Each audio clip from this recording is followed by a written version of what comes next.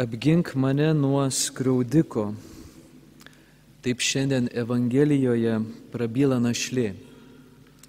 Ta našlė, tai iš tikrųjų galima sakyti, tai yra misionierius. Tai yra tas žmogus, kuris kovoja prieš skriaudą, kuris kovoja prieš blogį, kuris sako, apgink mane nuo skriaudiko. Todėl galima sakyti, tai kiekvienas iš mūsų, jeigu kovojame.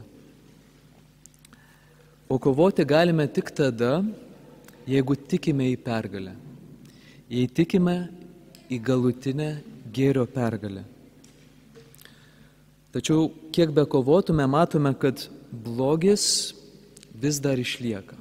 Tiek pasaulyje karai, skurdas, įvairaus tipo išnaudojimas, tiek manyje ydos, priklausomybės, egoizmas.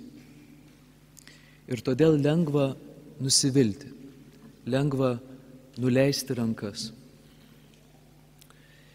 Kaip nenuleisti rankų, kovojant prieš blogį? Mūsų to pirmajame skaitinyje moko Mozė. Girdėjome, kol jis nenuleidžia rankos, o po to rankų, tol Dievo tauta, tol Dievas, galima sakyti, tol gėris laimi. Kai tik Mozė nuleidžia rankas, kai pailsta, Dievo tauta ima pralaimėti. Taigi, ką reiškia šios iškeltos Mozės rankos? Tai reiškia maldą už kitus, tai reiškia tarpininkavimą tarp Dievo ir žmonių. Ir kadangi Mozės rankos pavargsta, girdėjome, kaip jam į pagalbą ateina Aaronas, jo brolis, ir Huras, jo bendradarbis, galima sakyti. Ir jie paremė Mozės rankas taip, kad jos nebenusileistų. Tai reiškia, kad kol Mozė meldžiasi vienas, jis padeda kovoti prieš blogį, tačiau tai trunka trumpai.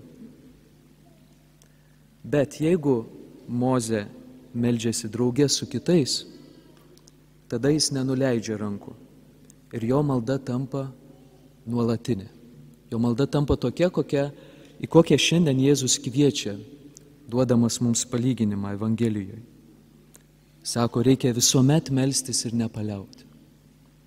Taigi šios dėka Dievo draugų bendradarbiavimo nuolat pakeltos rankos iš tiesų reiškia nepaliaujamą Dievo tautos, tai yra bažnyčios malda. Ir ši malda, ši bažnyčios nepaliaujama malda yra visos misijos pradžia ir pagrindas. Kol bažnyčia meldžiasi, tol ji yra misionieriška, tol ji kovoja prieš blogį. Šios bažnyčios malda, šios iškeltos rankos, tai pirmiausia, aišku, yra šventos mišios, tai dėl ko mes čia susirinkome. Tačiau taip pat ir valandų liturgija, kitaip vadinama brevijoriumi. Tai yra Dievo žodžiu, ypač psalmėmis, grįsta malda, kurią bažnyčia meldžiasi per dienas ir naktis, kaip šiandien sakoma Evangelijoje. Ir štai šiandien popiežius, šiandien skirtoje misijos dienų žinioje sako, atnaujinkime vilties misiją, pradėdami nuo maldos. Pirmiausia, Dievo žodžiu grindžiamos maldos, ypač melsdamiesi psalmėmis. Broliai seserys, galiu Jums paliudyti, kad mano gyvenime yra buvę epizodų, kada tikrai buvo sunku ištverti maldoje. Ir kas man padėjo nenuleisti rankų?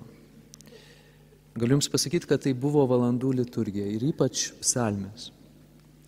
Ir turbūt neturėčiau tuo pernelyg stebėtis, kad psalmės visada man atliepdavo. Nes matot, iš tikrųjų psalmėse rasime visos žmonijos emocinės ir egzistencinės būsenas.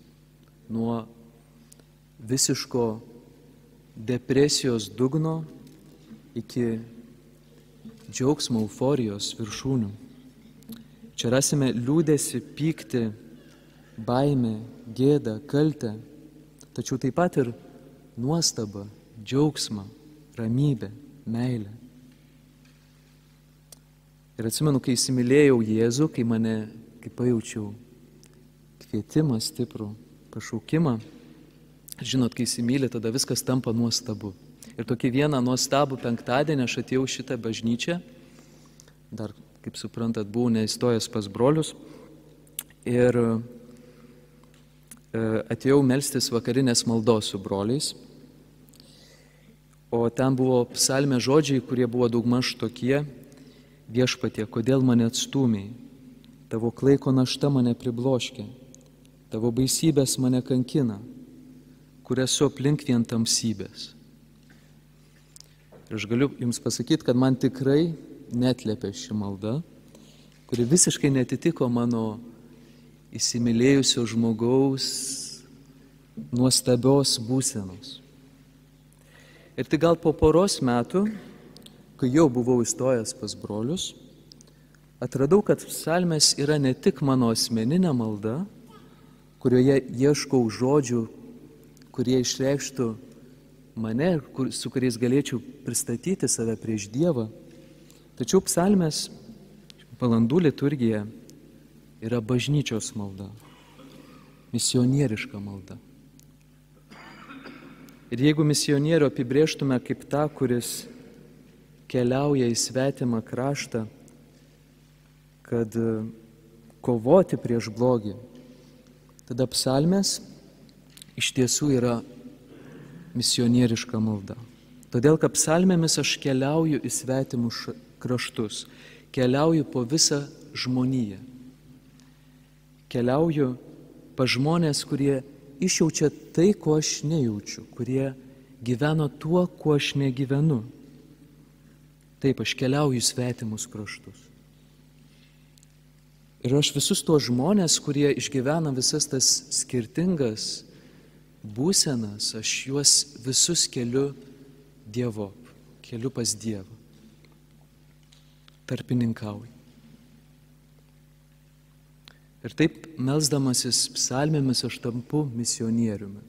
Tampu misionieriumi, kaip Kristus buvo misionierius. Nežinot, Jėzus meldėsi irgi psalmėmis ir meldėsi iki mirties. Ir ant kryžiaus jis kabodamas meldėsi: mano Dieve, kodėl mane apleidai? Tai yra 22 psalmės žodžiai. O juk nieko nėra labiau svetima Jėzui nei Dievo apleistumo jausmas. Juk jis pats yra Dievas, jame gyvena visa dievystės pilnatvė. Ir vis dėlto dėl mūsų jis tapo žmogumi ir aplankė patį tolimiausią jam kraštą, vienatvės kraštą. Dėl mūsų jis tapo misionieriumi. Ir šiuos 22 psalmės žodžius man teko taip pat girdėti iš amžinatilsį savo močiutės, kai jai buvo ypač sunku, kai jai gulėjo ligoninėje.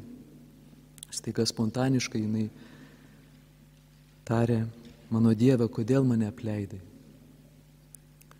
Ir aš taip norėčiau, kad jie taip pat tuomet būtų ištarus ne tik pirmus, bet ir šiuos paskutinius 22 psalmės žodžius. Aš jam gyvensiu. Mano palikuonis apie Viešpatį pasakos būsimai kartai. Skelbs teisius jo darbus dar negimusiai tautai. Ir nors mano močiutė turbūt taip nesimeldė, tačiau tikiu, kad už ją ir už visus beviltiškose situacijose esančius žmonės nuolat meldžiasi ir melsis bažnyčia. Bažnyčia, galime sakyti, tai išties yra Jėzaus rankos prikaltos prie kryžiaus ir todėl nuolat tarpininkaujančios, niekada nenusileidžiančios. Bažnyčia tai aš ir tu, tai kiekvienas iš mūsų, tai mes visi, kai meldžiamės tikėdami į galutinę gėrio pergalę prieš blogį, kai meldžiamės tikėdami į prisikėlimą.